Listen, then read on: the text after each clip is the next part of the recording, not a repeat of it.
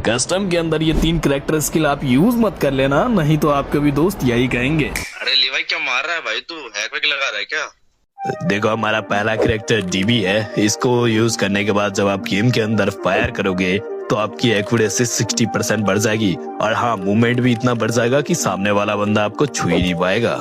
उसके बाद आपको कैरोलिन कैरेक्टर लगाना है। देखो आपने डीवी कैरेक्टर लगाया, इससे आपका मूवमेंट स्पीड तो बढ़ ही गया है, लेकिन जब ये कैरेक्टर स्किल लगाने के बाद आप शॉटगन से बंदे को फायर करोगे तो आपका मूवमेंट स्पीड इतना बढ़ जाएगा कि सामने वाले को चक्कर आ जाएगा। एंड उसके बाद आपको वुल्फड़ा कैरेक्टर लगा लेना है, जिससे आप जब भी एनिमी को डैमेज दोगे तो उसका डैमेज बढ़ा देगा एंड आपको डैमेज पड़ने से रोकेगा भी।